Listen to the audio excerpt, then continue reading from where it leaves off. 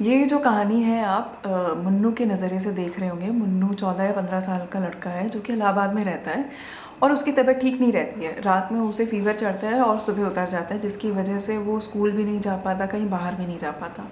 उसकी कज़न बिट्टी जो है वो रहती है अब दिल्ली में। वो अपना घर छोड़ के गई है। पहले वो एक ही फैमिली में एक ही साथ इलाहाबाद में रहते थे।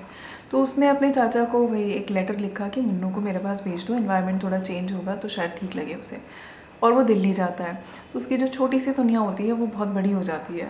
हालांकि बाहर वो कहीं दिल्ली में भी नहीं जाता था, पर बिट्टी की जो बरसाती थी जहाँ पे वो रहती थी दिल्ली में, वहाँ पे उसके दोस्त आते थे और उनको देख करके उसकी दुनिया काफ़ी ज़्यादा एक्सपैंड हो गई। मेरा नाम वर्षा है और ये मेरा चैनल किताबों की वर्षा है, जहाँ मैं किताबों के बारे में बात करती हूँ। और आज की जो किताब है जिसके बारे में बात कर रही हूँ वो है निर्मल वर्मा की एक चिथड़ा सुख। ये मैंने कुछ दिन पहले ही पढ़नी ख़त्म की है। और जो ये स्टोरी है ये आप बिट्टू की नज़र से देख रहे हो, बिट्टू कह रही मुन्नू की नज़र से देख रहे हो। वो ये सारी चीज़ अपनी डायरी में लिख रहा है और ये डायरी उसे उसकी माँ ने दी थी। उसने कहा था कि तुम्हें जो कुछ भी लिखना हो इसमें लिख सकते हो।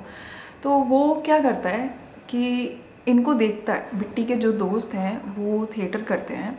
थिएटर करने के बाद जब वो कभी थक जाते हैं तो बिट्टी की बरसाती में आते हैं और वहाँ पे वो थोड़ी देर पार्टी वगैरह करते हैं, खाना पीना खाते हैं। टेप रिकॉर्डर चलता है वहाँ पे और कई सारी बातें होती हैं। तो वो दूर से उनको देखता है, उनको सुनता है, उनको ऑब्ज़र्व करता है और फिर उन चीज़ों के बारे में अपनी डायरी में लिखता है। और वही डायरी है जिसके थ्रू वो हमसे बात कर रहा है। वो बता रहा है कि ये लोग कैसे हैं, हर किसी के बारे में उसने कुछ कुछ चीज़ें बोली हुई हैं। बिट्टी के जो दोस्त हैं जैसे डैरी है, they are very close. Then there is Nitti भाई, ईरा, ये 4 लोग हैं। ईरा जो है इनके फ्रेंड जो सर्कल में सबसे छोटी है, बट वो स्टिल उससे बड़ी है, मुन्नू से। मुन्नू और बिट्टी के बीच में खुद ही 7 या 8 साल का डिफरेंस है। और उसके बाद जो बिट्टी के दोस्त हैं वो और भी काफ़ी बड़े हैं। तो जो एज डिफरेंस है वो काफ़ी सिग्निफिकेंट है। तो एक 14-15 साल का लड़का जिसके एक्सपीरियंसेस बहुत ज़्यादा नहीं है, जो बाहर नहीं जा पाता है और वो खुद खुद किसी चीज़ से गुजर रहा है, इंटरनली किसी चीज़ को, एक ग्रीफ है जिसको वो लिए हुए हैं। और वो दिल्ली में आया, वो किसी को नहीं जानता अपनी कज़न के अलावा। वो इन लोगों को देख रहा है, इन लोगों को समझ रहा है जिनकी पूरी की पूरी दुनिया अलग है। वो थिएटर करते हैं, उसने कभी पहले थिएटर नहीं देखा था। तो यहाँ पे भी वो बाहर नहीं जाता है। बिट्टी सुबह सुबह चली जाती है अपने रिहर्सल के लिए, कभी कभी वो रात में बहुत लेट आती है, कभी कभी बीच में आती है। तो वो हमेशा उसके लिए पर्चियाँ छोड़ के जाती थी कि खाना बना लिया है, खा लेना, मैं मुझे लेट हो जाएगा, और ऐसे करके वो लिख के उसे जाती थी। तो वो उन्हें देख रहा है दूर से और उसे धीरे धीरे ये चीज़ रियलाइज़ होती है कि ये जो सारे लोग हैं जो बाहर से इतने खुश दिख रहे हैं, ये अंदर से बहुत ज़्यादा दुखी हैं। पर क्योंकि वो बिट्टी का कज़न है, वो उनके बीच में होते हुए भी नहीं है। वो है, वो उतना ही एक्नॉलेज्ड है जितना उसे एक्नॉलेज्ड होना चाहिए। वो जानते हैं कि हाँ ये बिट्टी का कज़न है, वो उसे प्यार भी करते हैं, पर वो एक लिमिट के आगे वो नहीं जाता है। ना वो उनसे कभी पूछता है कि आप लोग आपस में, आप लोगों की फ्रेंडशिप कैसे हुई, क्या हुई, या आप लोग को इंटरनली कोई प्रॉब्लम है, कोई दुख है जो आपको खा रहा है। क्योंकि उसे समझ में आता है कि कोई तो बात है। जैसे उसको बताने के लिए उसने बताया हुआ है कि डैडी की जो दाढ़ी है वो कैसे रखी जाती है, वो कैसे पहनते हैं, उनके जो चेहरे का एक्सप्रेशन है टेप रिकॉर्डर में कैसे वो जूझ रहे होते हैं, या कोई एक सिचुएशन होती है तो एक चेहरे पे एक शिकन नहीं आती है लेकिन चेहरे का हाव भाव बदलता है। वैसे ही वो नित्य भाई के लिए भी बोलता है कि वो वही एक कपड़ा पहनते हैं, या कभी उन्होंने दाढ़ी शेव नहीं की। और शेव नहीं करने का मतलब ये नहीं है कि जैसे आपने शेव की हुई है तो एक प्रॉपर तरीके से आपने रखी है। शेव नहीं करने का मतलब है कि की ही नहीं है। तो उसे चेहरे पे वो सब दिखने लगता है कि थकान है, इंसान थका हुआ अपने पर ध्यान नहीं दे रहा है, या शायद हार चुका है बिल्कुल। वैसे ही वो अपनी कज़न के बारे में भी बोलता है कि जब वो पहले दिन आता है, दिल्ली में आया था, उसके साथ घूम रहा था, तो बिट्टी अचानक से किसी साइन बोर्ड के ऊपर अपना सर रख करके रोने लगी थी। और इन चीज़ों से उसे धीरे धीरे ये समझ में आता है कि ये अंदर से खुश नहीं है, पर वो पूछ नहीं सकता। और जैसे जैसे स्टोरी आगे बढ़ती है, मतलब शायद 205 या 210 पन्नों के अराउंड है ये, तो 100 पन्नों के बाद ना धीरे धीरे समझ में आता है कि ये सब अंदर से बहुत ज़्यादा खाली हैं और इनको वो जो सुख होता है ना, ये सब उसके पीछे भाग रहे हैं। इनको वही चाहिए, पर इनको जो मिल रहा है वो सिर्फ एक चिथड़ा है वो सुख का। तो वो उसे लेते हैं लेकिन उसके बीच में भी ये खुश नहीं हो पा रहे हैं। और इनको आपस में, इनकी जो पूरी कम्युनिटी है आर्ट के थ्रू, जैसे ये लोग एक दूसरे से जुड़े हुए हैं, एक दूसरे को बहुत प्यार करते हैं, इनको एक दूसरे का पेन बहुत अच्छे तरीके से पता है। तो वो दूर से देख रहा है, वो बहुत हेल्पलेस है क्योंकि वो नहीं पूछ सकता, उसकी जगह नहीं है ये, और उसे शायद उतना समझ में भी नहीं आएगा क्योंकि इनकी उम्र में बहुत ज़्यादा डिफरेंस है, या शायद उसे वो सारी चीज़ें समझ में आ रही हैं। और एक पॉइंट आता है जहाँ वह बोलता है ये चीज़ कि शायद मेरी दुनिया वहीं रहनी चाहिए थी, इलाहाबाद में, शायद मुझे उतना ही जानना ज़रूरी था।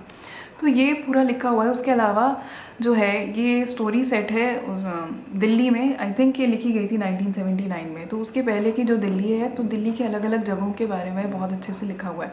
इनफैक्ट स्टोरी में जहाँ जहाँ स्टोरी हो रही है, जैसे कि बिट्टी की बरसाती है, या फिर नित्ती बाई का जो अपना फ्लैट है, उनका घर है, ईरा का हॉस्टल का रूम है, या फिर स्टूडियो है, ऑडिटोरियम है, या फिर डेयरी का घर है जहाँ पे वो कभी कभी प्रैक्टिस करने जाते हैं, रिहर्सल करने जाते हैं।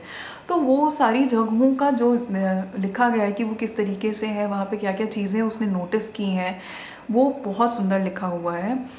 दिल्ली का बहुत सुंदर लिखा गया है। जो बिट्टी का घर है वो निज़ामुद्दीन के पास है कहीं पे, तो वहाँ पे जो मार्च और अप्रैल के मौसम में वो कैसे छत पे जा कर के लेट जाता है, और हवा कैसी चल रही होती है, और रात में कैसा मौसम होता है, इन सब का कुछ ना कुछ सिग्निफिकेंस, ऐसा नहीं कि ये ऐसी ही लिखी गई हैं। कई बार मुझे ये डिटेल्स जो होती हैं वो बहुत सारी बुक्स में अननेसेसरी होती है क्योंकि वो उनको यूज़ नहीं किया जाता उस तरीके से, पर इस बुक में इस चीज़ को इतने अच्छे से यूज़ किया गया है ना कि आपको ऐसा कहीं पे भी नहीं लगेगा कि आप ये पार्ट स्किप करना चाहते हो। और इसको पढ़ते हुए ना आपको टाइम देना पड़ेगा क्योंकि वो बहुत ज़्यादा एब्स्ट्रैक्ट तरीके से लिखी गई है और इतनी सुंदर लिखी गई है ना कि आप पढ़ोगे आपको एक एक वर्ड में वो भार दिखाई देगा, वो वेट दिखाई देगा। तो मुझे ये चीज़ काफ़ी अच्छी लगी। एक चीज़ और जो उसमें मुझे लगी, एक तो क्योंकि उसे फ़ीवर रहता था, कई जगह पे उसने ये भी बोला है, उसने ये लिखा हुआ है कि मैं कहीं कहीं पे ये समझ नहीं पाता था ये जो चीज़ें हो रही हैं वो सच में हो रही हैं या मैं सोच रहा हूँ। तो वो भी फिगर आउट करना एक थोड़ा सा मुझे लगा था कहीं कहीं पे, बट मुझे बहुत ज़्यादा अच्छी लगी। कई बार उसने बुक में ये भी, अपनी डायरी में ये भी लिखा है कि आप क्या एक प्रेजेंट मोमेंट में होते हुए आपको ये लग रहा होता है कि आप फ्यूचर भी देख पा रहे हो, और जब आप उस मोमेंट में फ्यूचर में होते हो तो आपको लगता है कि ये हो चुका है, काइंड ऑफ डेजा वू। तो उसको जिस तरीके से लिखा गया है वो भी बहुत सुंदर है। आपको लग रहा होगा कि मैंने पूरी स्टोरी बता दी है, बट इसमें बहुत कुछ है अभी जो कि मैंने नहीं बोला है, और इनकी जो प्रॉब्लम्स है उनके बारे में कभी कुछ डिस्कशन नहीं हुआ उस लेवल पे कि आपको पता लगे कि एग्जैक्टली चल क्या रहा है। But by the end of the novel जो लास्ट के कुछ पन्ने हैं, ये हैवी तो होती ही जाती है, बट लास्ट के जो कुछ 10-15 या 20 पन्ने हैं वो बहुत हैवी हैं, बहुत ही ज़्यादा हैवी। मैंने इसको रात में 1 या 1:30 बजे ख़त्म किया, और मैं ऐसे हो गई थी, I was not prepared for this. मतलब मैं रेडी नहीं थी इसके लिए। जो मैंने पढ़ा है ना, आई वॉज़ क्राइंग कि ये क्या पढ़ लिया मैंने। तो ये लास्ट के कुछ पेजेस आपको बहुत बहुत ज़्यादा हैवी लगेंगे, but I will still say I will give it 5 out of 5 क्योंकि जो राइटिंग है वो बहुत सुंदर है, बहुत अच्छी है। जो पूरा इन्वायरमेंट बताया गया, जो सराउंडिंग्स बताई गई हैं, लोगों की फीलिंग्स बताई गई हैं, बहुत ज़्यादा उसके बारे में नहीं बताते हुए, आपको किसी के प्रॉब्लम के बारे में बहुत ज़्यादा नहीं पता होते हुए अगर आपको ये समझ में आ रहा है कि वो बहुत ज़्यादा किसी किसी प्रॉब्लम में है या कोई चीज़ उससे अंदर से खा रही है ना, ये बहुत अच्छी राइटिंग का एक साइन है। तो मैं तो क्या ही बोलूँ, ये तो मेरी दूसरी किताब है जो मैंने निर्मल वर्मा की पढ़ी। इसके पहले मैंने कौवे और काला पानी पढ़ी थी। उसमें भी अब जब मैं सोच रही हूँ तो मुझे समझ में आ रहा है वो शॉर्ट स्टोरीज़ का कलेक्शन है, तो उसमें कुछ स्टोरीज़ थी जो कि हैवी थी काफ़ी, बट क्योंकि वो बहुत सारी स्टोरीज़ थी जिसमें सारी स्टोरीज़ इतनी हैवी नहीं थी तो शायद वो इम्पैक्ट उतना नहीं पड़ा था। बट ये पूरी की पूरी स्टोरी ऐसी है ना जो आपको आपके साथ रहेगी बहुत टाइम तक। और मैं कहूँगी आप पढ़ो, but I will also say कि I cannot tell the trigger warning कि कौन सी चीज़ पे ट्रिगर हो सकते हो क्योंकि it will give away the story.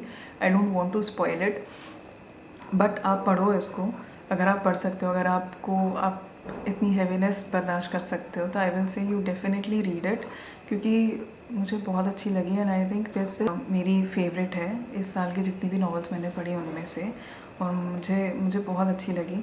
ये बहुत मोटी भी नहीं है, बहुत छोटी स्टोरी मैं कहूँगी। I think it is around 206, it's only 206 pages, तो आप बहुत ईजीली पढ़ सकते हो। एंड या आपने पढ़ी हो तो आप मुझे बताना कि आपको कैसी लगी थी। निर्मल वर्मा वैसे भी एक रिनाउंड नेम है, आप कोई भी किताब उठा के पढ़ लो उनकी अच्छी ही होगी। तो this was not a review, it was just me telling you कि हाउ आई फेल्ट जब मैंने ये बुक पढ़ी। तो I recommend reading this one. या ऑल्सो मैंने अपना इंस्टाग्राम पेज भी बना लिया है। किसी ने बहुत पहले एक कमेंट किया था कि there should be a medium जहाँ पे आप डायरेक्टली बोल सको, बात कर सको।